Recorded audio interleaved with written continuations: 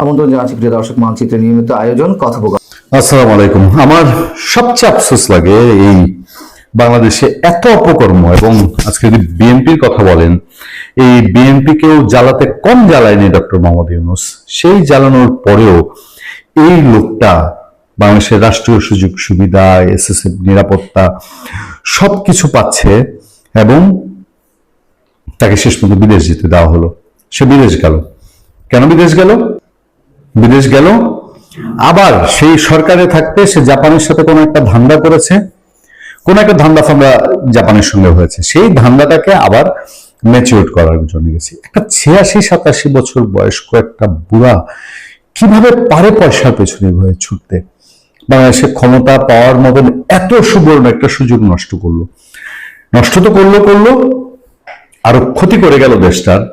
এবং ওই যে আফসোসটার কথা বলে শুরু করেছে, যে বিএনপি সরকার ক্ষমতায় আসার পরে, এই বিএনপি তো বলেছে ইউনূসের পরামর্শ নিবে সরকারে গেলে, এই বিএনপি বলেছে, তার মতন মহাসচিব বলেছে জিয়াউর রহমানের প্রতিচ্ছবি দেখতে চায়। হচ্ছে কষ্টের এবং আফসোসের বিএনপির মতো একটা দলের পক্ষ থেকে, যাদের প্রতি এবার বাংলাদেশে ম্যাক্সিমাম মানুষ তাদেরকে সংসদে একেবারে সর্বোচ্চ যে সম্মান দেয়া, একক সংখ্যাগরিষ্ঠতা দিয়ে সরকার গঠন, সেটা বাংলাদেশের মানুষ দিয়েছে। সেই দল এই বাংলাদেশকে 18-19টা মাস যেই লোক জাহান্নাম বানায় রাখলো, যেই লোক বাংলাদেশে এত বিভেদ তৈরি করলো, যে লোক আজকে বিএনপি সরকার চালাতেও একটা বড় কাটা বিধিয়ে রেখে গেছে সংস্কারের নামে, গণভোটের নামে, জুলাই সনদের নামে, সেই লোকটাকে বিএনপি এখনো তার প্রশাসনের কারণে, তার অন্যায়কারী কারণে কাউকেই আইনের আওতায় আনছে না। সেই লোক গেছে। আরো একটা সিগনিফিকেন্ট জিনিস আছে, তার সাথে এবারও লটকে আছে তার সেই লামিয়া মোর্শেদ। আপনাদের মনে আছে ইতালি সফরে গিয়ে কাণ্ডটা কি করেছিল? ইতালি রোমের মেয়রের সাথে সে দেখা করতে গেছে, এবং সে দেখা করতে গেছে তার এবং তার প্রায় সমযোগ্যতায় তার পাশে বসায় রাখছে এই লামিয়া মোর্শেদকে। এই লোককে দিয়ে কি হয়েছে? এই মহিলা কি উদ্ধার করেছে বাংলাদেশের? আমার যদি একদিন সামনাসামনি প্রশ্ন করার সুযোগ হতো, আমি বলতাম যে এই যে আজকে কি এলজিডি বিষয়ক উপদেষ্টা হ্যান ত্যান ছিল, কি করেছে বাংলাদেশের জন্য এই লোকটা? সেই মহিলাকে আবার পাশে বসিয়ে নিয়ে সে উড়াল দিয়েছে এবার জার্মানি। অন্তর্বর্তী সরকারের সাবেক প্রধান উপদেষ্টা ডক্টর মোহাম্মদ ইউনূস জাপানের উদ্দেশ্যে ঢাকা ত্যাগ করেছেন রোববার 22 মার্চ রাত 12টা 12 মিনিটে হযরত শাহজালাল আন্তর্জাতিক বিমানবন্দর থেকে সিঙ্গাপুর এয়ারলাইন্সের একটি ফ্লাইটে টোকিও উদ্দেশ্যে যাত্রা করেন। এই রিপোর্টটার ভেতরেই কিছু কিন্তু আছে, দেখেন। তার সফর সঙ্গীদের মধ্যে রয়েছেন সাবেক এসডিজি বিষয়ক মুখ্য সমন্বয়ক লামিয়া মোর্শেদ। দেখেন তার এই যে এখন তার চেয়ার নাই, চেয়ার থাকুক আর না থাকুক, লামিয়া মোর্শেদ তার সাথে আছেনি। রহস্যটা কি বলেন দেখি? একটু জানতে ইচ্ছা করে না লামিয়া মোর্শেদ এমন কি বাংলাদেশের মাথা? ডক্টর ইউনূস না বিশাল জ্ঞানী, বিশাল পাওয়ারফুল, তারই লামিয়া মোর্শেদই খালি লাগে কেন? কাল এই তথ্য নিশ্চিত করে এক নির্ভরযোগ্য সূত্র জানায়, টোকিওতে 24-25 মার্চ অনুষ্ঠিতব্য একটি আন্তর্জাতিক সংলাপে অংশ নেবেন ডক্টর ইউনূস। মাগনা গেছে নিশ্চিত, নিজের পয়সায় তো যায়নি, সে মাগনা ঘুরতে এবং দেশের মানুষের টাকায় ঘুরতে পছন্দ করে। এই সম্মেলন এশিয়ার শান্তি, সহযোগিতা, টেকসই উন্নয়ন এবং আঞ্চলিক সমস্যার সমাধানের আলোচনার একটি গুরুত্বপূর্ণ প্ল্যাটফর্ম হিসেবে পরিচিত। যারা দাওয়াত দিয়ে নিচ্ছে এরা বোধহয় জানে না, বাঙালি তো বুঝে গেছে। দেখেন এই ডক্টর ইউনূসের নিচে এশিয়ার শান্তি, নিজের দেশের শান্তির মা বাপরে যে মারছে। সহযোগিতার সম্পর্ক শুধু পাকিস্তানের সাথে তার করা হয়েছে। টেকসই উন্নয়ন, সব নষ্ট হবে বাংলাদেশের উন্নয়নের ধারে কাছে। বাংলাদেশ যে একটা উন্নয়নের পথে ছিল সেটা থেকে সে উল্টা ট্রেনে ছুটাইছে, এবং আঞ্চলিক সমস্যার সমাধান বরঞ্চ ইন্ডিয়ার সাথে সে সমস্যা বাড়াইছে। এইসব জন্য তাকে নিচ্ছে। সূত্র মতে 28 মার্চ রাত 10টা 40 মিনিটে সিঙ্গাপুর এয়ারলাইন্সের SQ446 446 ফ্লাইটে তার ঢাকায় ফেরার কথা রয়েছে। এরপর বলা হচ্ছে অন্তর্বর্তী সরকার প্রধান উপদেষ্টা হিসেবে 24শে আগস্ট থেকে 26শে ফেব্রুয়ারি পর্যন্ত দায়িত্ব পালনকালে ডক্টর ইউনূস যুক্তরাষ্ট্র, লন্ডন, ইটালি, জাপান সহ বেশ কয়েকটি দেশ সফর করেছিলেন। তবে এতে দ্বিপক্ষীয় সম্পর্ক উন্নয়নে খুব কার্যকর কিছু না হয়, সফরগুলো নিয়ে নানা বিতর্ক ছিল। এর আগে 25 সালের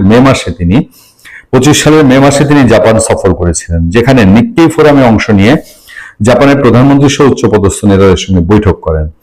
এছাড়া 26শে জানুয়ারি জাপানের প্রয়াত প্রধানমন্ত্রী সিনজু আবের স্ত্রী আকি আবের সঙ্গে সাক্ষাৎকারে তিনি মার্চে জাপান সফরের পরিকল্পনার কথা উল্লেখ করেছিলেন। সাসাকাওয়া পিস ফাউন্ডেশনের আমন্ত্রণে সমুদ্র গবেষণা ও নীল অর্থনীতি সংক্রান্ত সহযোগিতা বৃদ্ধির আলোচনায় অংশ নেওয়ার কথা ছিল। বিমানবন্দর সূত্র জানিয়েছে যাত্রাটি নির্বিঘ্নে সম্পন্ন হয়েছে এবং প্রোটোকল অনুসরণ করা হয়েছে। প্রোটোকল তো বুঝেন, তার এসএসএফ নিরাপত্তা আছে, তার এসএসএফ নিরাপত্তা দিতে হবে রাষ্ট্রের খরচে। আপনারা বলেন যে বাংলাদেশকে ধ্বংস করা একটা মানুষ, এই বাংলাদেশকে 19 মাসে 19 বছর পিছিয়ে দেওয়া একটা মানুষকে এখনো রাষ্ট্রীয় সমস্ত সুযোগ সুবিধা দেওয়া হচ্ছে, যেখানে তাকে আইনের আওতায় আনা উচিত। শত শত মানুষের প্রাণ, আজকে শেখ হাসিনার নামে শেখ হাসিনা বলতেছে 15 দিনে সে 800-900 মানুষ তার সময় মারা গেছিল, 15 দিন বা 1 মাসে ধরেন, জুলাই আগস্টে মিলে। এবারে তো 19 মাসে 500-600 মানুষ মারছে, মানুষে মারা হয়েছে তার শাসন আমলে অন্যায় ভাবে মব করে। তো ওর নামে ট্রাইব্যুনালে মামলা হয় না কেন? ওর নামে কেন আমাদের দেশটাকে জাহান্নাম বানানোর জন্য এই যে তার মামলাগুলো সে প্রত্যাহার করে নিচ্ছে, নতুন নতুন ব্যবসার লাইসেন্স দিচ্ছে, এগুলো কি রীতি মেনে হয়েছে কিনা সেগুলো দেখার কি কোনো প্রয়োজনীয়তা বিএনপি সরকার মনে করে না? কার্যক্রম নিষিদ্ধ থাকা আওয়ামী লীগের বিস্ফোরা নেতাদের তালিকা হচ্ছে। এই বিস্ফোরা নেতারা দলের জন্য বোঝা, তাই তাদের বাদ দেওয়ার চিন্তা ভাবনা করা হচ্ছে। এমন নেতাদের বাদ দিয়ে আওয়ামী লীগে শুরু হয়েছে দলটি পুনর্গঠনের প্রক্রিয়া। এরই মধ্যে নির্বাচনের পর থেকে আওয়ামী লীগ ও তার অঙ্গ সংগঠনের অনেক নেতা বাংলাদেশে ফিরেছে। দলের নেতা কর্মীরা বিভিন্ন জায়গায় মিছিল করছে, কার্যক্রম চালাচ্ছে। এমন বাস্তবতায় দলটি তার সাংগঠনিক কাঠামোকে নতুনভাবে সাজানোর সিদ্ধান্ত নিয়েছে। দলটির একাধিক সূত্রে জানা গেছে, এই পুনর্গঠন প্রক্রিয়ায় কপাল পুড়তে যাচ্ছে শীর্ষ অনেক নেতার। বিশেষ করে 5ই আগস্টের পর থেকে যারা ইউরোপ, আমেরিকা বা কানাডায় বসবাস করা শুরু করেছেন, এমন নেতাদের আর দলের শীর্ষ পর্যায়ে না রাখার সিদ্ধান্ত হয়েছে। 5ই আগস্টের পর থেকে দলীয় কার্যক্রম থেকে বিচ্ছিন্ন, অযোগ্য কিংবা বিতর্কিত ব্যক্তিদের বাদ দিয়ে নতুন নেতৃত্বকে সামনে আনার উদ্যোগ নেওয়া হয়েছে। দলটির একাধিক সূত্রে জানা গেছে, দল পুনর্গঠনের জন্য যে 3 স্তরের পরিকল্পনা নেওয়া হয়েছে, তাতে জেলা ও মহানগর পর্যায়ে অনেক নতুন মুখ উঠে আসবে, যারা 5ই আগস্টের পর থেকে হামলা মামলা সামলে সংগঠনের হাল ধরে রেখেছেন। তাদের অনেককে দায়িত্ব দেওয়া হতে পারে। স্থানীয় সরকার নির্বাচনের প্রস্তুতি শুরু হলে দলের জেলা পর্যায়ের কমিটিগুলো পুনর্গঠন করা হতে পারে। আর দলের কার্যক্রমের উপর নিষেধাজ্ঞা প্রত্যাহারের জন্য দেশে আইনি লড়াইয়ের প্রস্তুতি নেওয়ার পাশাপাশি আন্তর্জাতিক মহলে যোগাযোগও বাড়াচ্ছে দলটি। 2024 সালের 5ই আগস্টের পর থেকে আওয়ামী লীগ চরম অস্তিত্ব সংকটের মুখোমুখি হয়েছিল। দলটির শীর্ষ পর্যায়ের প্রায় সকল নেতা হয় কারাবন্দী, না হয় আত্মগোপনে অথবা দেশের বাইরে চলে যান। 2025 সালের 10ই মে অন্তর্বর্তীকালীন সরকার নির্বাহী আদেশে দলটির কার্যক্রম নিষিদ্ধ করার পর থেকে আওয়ামী লীগ আনুষ্ঠানিকভাবে কোনো কর্মসূচি পালন করতে পারেনি। তবে রাজনৈতিক বিশ্লেষকেরা মনে করেন, একটি দীর্ঘস্থায়ী ও শক্তিশালী তৃণমূল কাঠামো থাকায় দল হিসেবে আওয়ামী লীগ একেবারে নিশ্চিহ্ন হয়ে যায়নি। তার প্রমাণ মিলেছে ত্রয়োদশ জাতীয় সংসদ নির্বাচনে। নিবন্ধন স্থগিত থাকায় এই নির্বাচনে দলটি অংশ নিতে পারেনি, কিন্তু দলটির বড় ভোট ব্যাংক নিশ্চিত করতে বিএনপি ও জামাত ইসলামী সহ সব রাজনৈতিক দলের নেতাদের প্রকাশ্যে আওয়ামী লীগের ভোটারদের কাছে ভোট চাইতে দেখা গিয়েছিল। নির্বাচনের মধ্য দিয়ে রাজনৈতিক সরকার ক্ষমতায় আসার পরপরই আওয়ামী লীগ ও তার অঙ্গ সংগঠনের নেতারা দেশে ফিরতে শুরু করেছে। দলীয় সূত্র এবং একাধিক নেতার সঙ্গে কথা বলে জানা গেছে, আওয়ামী লীগের পুনর্গঠনের একটি 3 স্তরের পরিকল্পনা নেওয়া হয়েছে। প্রথম স্তরে আছে দলের নেতা কর্মীদের দেশে ফেরানো। যাদের বিরুদ্ধে আন্তর্জাতিক অপরাধ ট্রাইব্যুনালে মামলা নেই, তাদের প্রায় সবাইকে দেশে ফেরার নির্দেশ দেওয়া হয়েছে। দ্বিতীয় স্তরে দেশে ফেরার পর সাংগঠনিক তৎপরতা বাড়ানো এবং স্থানীয় নির্বাচনে অংশ নেওয়ার প্রস্তুতি নেওয়া। এটাকে স্থানীয় রাজনীতিতে এন্ট্রি পয়েন্ট হিসেবে দেখছেন আওয়ামী লীগের নেতারা। এছাড়া পেশাজীবী সংগঠনগুলোর নির্বাচনের প্রভাব বজায় রাখারও সিদ্ধান্ত হয়েছে। পেশাজীবী সংগঠনের নির্বাচনে দলীয় রাজনীতির প্রভাব থাকলেও তা কম তীব্র, তাই এটাকে সহজ মনে করছেন নেতারা। সবশেষ দলটির কার্যক্রমের উপর নিষেধাজ্ঞা প্রত্যাহার এবং আইনি লড়াই। দলটির কার্যক্রমের উপর থাকা নিষেধাজ্ঞা প্রত্যাহারের জন্য সরকার ও আন্তর্জাতিক মহলের সঙ্গে যোগাযোগ বাড়ানোর পরিকল্পনা রয়েছে। পাশাপাশি কারাগারে থাকা নেতাকর্মীদের জামিনের বিষয়টিতে জোর দেওয়া হবে বলে দলটির একাধিক শীর্ষ নেতা জানিয়েছেন। কলকাতার একাধিক সূত্রে জানা গেছে, কলকাতার প্রান্তে দ্রুত বাড়তে থাকা পরিকল্পিত উপশহর নিউ টাউন 2024 সালের 5ই আগস্টের পর এক ধরনের মিনি ঢাকাতে পরিণত হয়েছিল। আওয়ামী লীগ নেতাদের একটা বিরাট অংশ ওই এলাকায় থাকতেন। কলকাতার শপিং মলের জনাকীর্ণ ফুড কোর্টে কিংবা পার্কের বেঞ্চে বসে অনেক সময় ভিডিও কলে এই নেতারা প্রতিদিন বাংলাদেশের রাজনৈতিক পরিস্থিতি নিয়ে আলোচনা করতেন। সূত্রগুলো বলছে, গত 1 মাসে কলকাতার নিউ টাউনের এই আড্ডা কমে গেছে, কারণ দলটির নেতাদের অনেকেই বাংলাদেশে ফিরেছেন। ঢাকা সহ বিভিন্ন জেলা ও উপজেলায় দলটির নেতাকর্মীরা কার্যালয়ে প্রবেশের চেষ্টা করেছেন, কোথাও কোথাও অবস্থানও নিয়েছেন।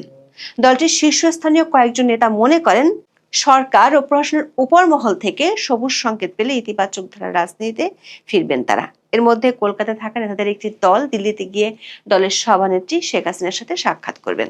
তারপরই ওই দলটি বাংলাদেশে ফিরবে।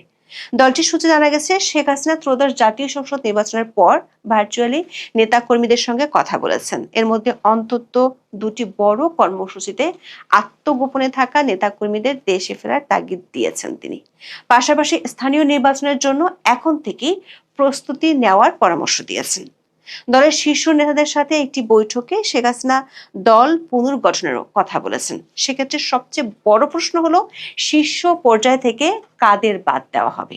দলটির অভ্যন্তরীণ সূত্রে জানা গেছে, শেখ হাসিনা নিজেই অনেক প্রভাবশালী নেতাকে তাদের ব্যর্থতার জন্য দায়ী করেছেন।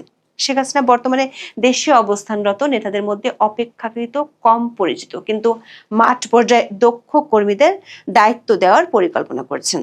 জেলা ও মহানগর পর্যায়ে অনেক নতুন মুখ উঠে আসছে, যারা 5ই আগস্টের পর থেকে হামলা মামলা সামলে সংগঠনের হাল ধরে রেখেছেন। আওয়ামী লীগের শীর্ষ পর্যায়ের নেতারা বলছেন, বর্তমান বাস্তবতায় আওয়ামী লীগ তার সাংগঠনিক কাঠামোকে নতুনভাবে সাজাতে চাইছে। এ লক্ষ্যে দীর্ঘদিন ধরে দলীয় কার্যক্রম থেকে বিচ্ছিন্ন, অযোগ্য কিংবা বিতর্কিত ব্যক্তিদের বাদ দিয়ে নতুন নেতৃত্বকে সামনে আনার উদ্যোগ নেওয়া হয়েছে। বিশেষ করে ত্যাগী, আদর্শবান এবং মাঠ পর্যায়ের সক্রিয় নেতা কর্মীদের গুরুত্ব দেওয়া হচ্ছে পুনর্গঠনের এই প্রক্রিয়ায়। দর্শক, আওয়ামী লীগের সর্বশেষ জাতীয় সম্মেলন অনুষ্ঠিত হয়েছিল 2023 সালে। ওই সম্মেলনে 81 সদস্যের কেন্দ্রীয় কার্যনির্বাহী সংসদ গঠিত হয়েছিল। এই কমিটির সভাপতি মণ্ডলীতে ছিলেন 19 জন নেতা। সভাপতি মণ্ডলীর সদস্য মতিয়া চৌধুরী সরকার পতনের পর মারা যান। কাজী জাফরুল্লাহ, আব্দুর রাজ্জাক, ফারুক খান, শাহজাহান খান, মোস্তফা জালাল মহিউদ্দিন এবং কামরুল ইসলাম কারাগারে। এছাড়া ইঞ্জিনিয়ার মোশাররফ হোসেন গ্রেপ্তার হলেও গত বছর আগস্টে তার শারীরিক অবস্থার অবনতি হলে জামিনে মুক্তি পান। সাধারণ সম্পাদক ওবায়দুল কাদের ভারতে আছেন। কেন্দ্রীয় কমিটির নেতাদের মধ্যে যুগ্ম সাধারণ সম্পাদক দীপুমণি, প্রচার ও প্রকাশনা সম্পাদক আব্দুস সোবহান গোলাপ ও সাংগঠনিক সম্পাদক আহমেদ হোসেন গ্রেপ্তার হয়েছেন। দলটির একাধিক সূত্রে জানা গেছে, 81 সদস্যের কেন্দ্রীয় কমিটির মধ্যে বিদেশে আছেন প্রায় 35 থেকে 40 জন, কারাগারে আছেন প্রায় 15 থেকে 20 জন এবং দেশে আত্মগোপনে আছেন বাকিরা। মাত্র হাতে গোনা কয়েকজন প্রকাশ্যে রয়েছেন, তাদের কারণে অকারণে বাড়িতে হামলার ঘটনা ঘটছে। আওয়ামী লীগের নেতাদের মধ্যে বেশ কয়েকজনের সঙ্গে কথা বলে জানা গেছে, মোটা দাগে ভারত, যুক্তরাজ্য, যুক্তরাষ্ট্র ও কানাডা, এই 4 দেশে আওয়ামী লীগের নেতাদের উপস্থিতি সবচেয়ে বেশি। আওয়ামী লীগ, যুবলীগ, ছাত্রলীগ সহ দলটির অঙ্গ সংগঠনের নেতাদের মধ্যে ভারতে ছিলেন 765 জন। আবার কিছু নেতা আছেন অন্য দেশ থেকে ভারতে আসা যাওয়া করেন। দলটির গঠনতন্ত্র অনুযায়ী কেন্দ্রীয় কমিটির যে কোনো পরিবর্তনের জন্য কাউন্সিল বা জাতীয় সম্মেলনের প্রয়োজন হয়, কিন্তু নিষেধাজ্ঞার মধ্যে কাউন্সিল ডাকা সম্ভব নয়। সেক্ষেত্রে বিকল্প পথ হিসেবে অ্যাডহক কমিটি বা জরুরি আহ্বায়ক কমিটি গঠনের কথা ভাবা হচ্ছে বলে জানা গেছে। দলীয় সূত্র বলছে, শেখ হাসিনা নিজেই এই কমিটির সভাপতি থাকবেন, যদিও অন্তর্বর্তী সরকার আমলে শেখ হাসিনাকে বাদ দিয়ে রিফাইন্ড আওয়ামী লীগ গঠনের কথা শোনা গিয়েছিল। তবে দেশে ও দেশের বাইরে থেকে করা ওই চেষ্টা ভেস্তে গেছে। দলটির সাধারণ সম্পাদক পদে কে আসবেন সেটা নিয়ে এখন বেশ আলোচনায় চলছে। ওবায়দুল কাদেরের ভবিষ্যৎ নিয়ে দলের মধ্যে প্রশ্ন আছে। এমনকি শেখ হাসিনা নিজেই এখনো পর্যন্ত ওবায়দুল কাদেরকে ডেকে পাঠাননি।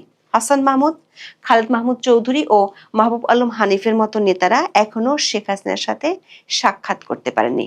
দল পুনর্গঠনের ক্ষেত্রে বিস্ফোরা নেতাদের একটি তালিকা তৈরি করা হচ্ছে। এটাকে বলা হচ্ছে পুনর্গঠন তালিকা, যেখানে বাদ দেওয়া হয়েছে দলের শীর্ষ অনেক নেতাকে। দলটির যেসব নেতা ইউরোপ, আমেরিকা বা কানাডাতে আছেন, তাদের কপাল যে পুড়ছে এটি নিশ্চিত হওয়া গেছে। দলের নেতাকর্মীরা মনে করেন 5ই আগস্টের পর যারা ইউরোপ, আমেরিকা ও কানাডাতে আছেন তাদের প্রায় সবার বিরুদ্ধে দুর্নীতির গুরুতর অভিযোগ আছে। এসব নেতাদের অনেকেই গত 1.5 বছরে দিল্লিতে গিয়ে শেখ হাসিনার সাথে সাক্ষাৎ করার চেষ্টা করেও সফল হননি। যে নেতারা দেশে আছেন এবং গ্রহণযোগ্যতা আছে তাদেরকে সামনে নিয়ে আসার চেষ্টা করা হবে বলে সিদ্ধান্ত নেওয়া হয়েছে। তবে দ্বাদশ সংসদের অনেক এমপিকে বাদ দেওয়া হতে পারে।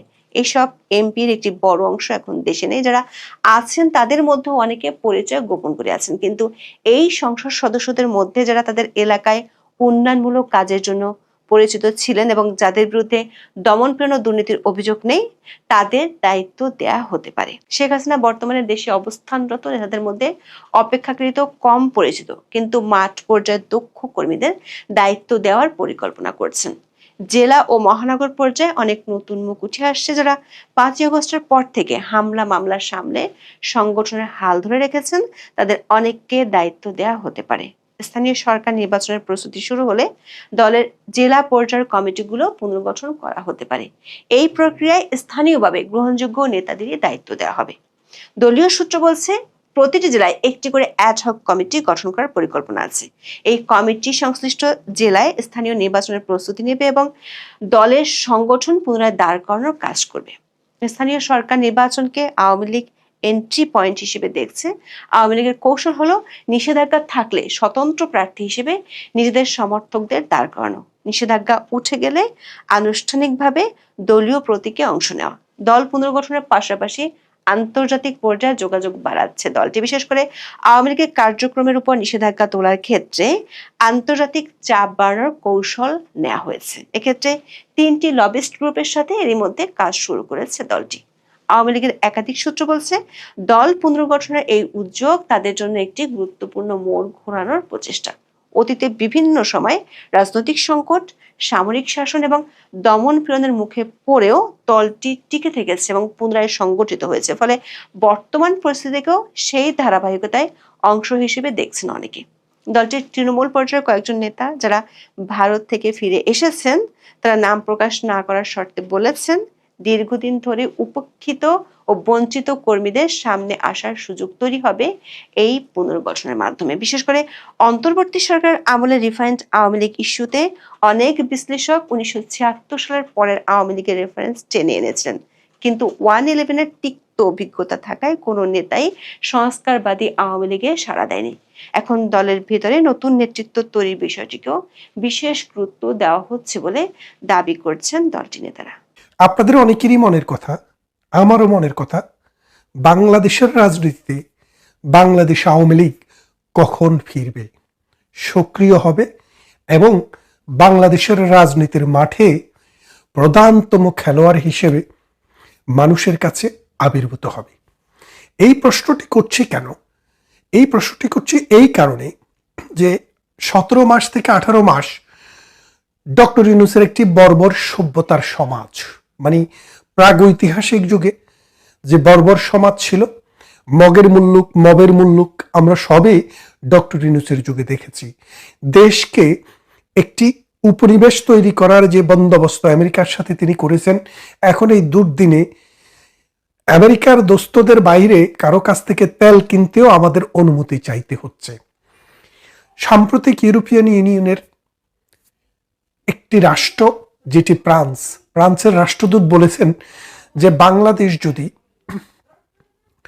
ইউরোপের সব দেশের জন্য, ইউরোপিয়ান ইউনিয়নের রাষ্ট্রসমূহের জন্য বিশ্বের অন্যান্য রাষ্ট্রের মতো যদি সমান সুযোগ সুবিধা যদি না রাখে, তাহলে ইউরোপিয়ান ইউনিয়ন বাংলাদেশে তাদের বিনিয়োগ, তাদের মানে অর্থনৈতিক কর্মকাণ্ড এইসবে তারা আগ্রহী হবে না, ব্যবসা বাণিজ্যে আগ্রহী হবে না। এর কারণটা হচ্ছে তারা বলতে চেয়েছিল যে আমেরিকার সাথে যে দস্তখত, যে বন্দোবস্ত ডক্টর ইউনূস করে দিয়ে গিয়েছিল, সেই বন্দোবস্তে ইউরোপিয়ান ইউনিয়নের সাথেও নতুন কোনো ট্রেড এগ্রিমেন্ট করতে গেলে অথবা কোনো রকমের আপনার যদি সামরিক চুক্তি করতে যায় অথবা অস্ত্র কিনতে যায়, তাহলে আমেরিকার পারমিশন ছাড়া বাংলাদেশ সেটা করতে পারবে না।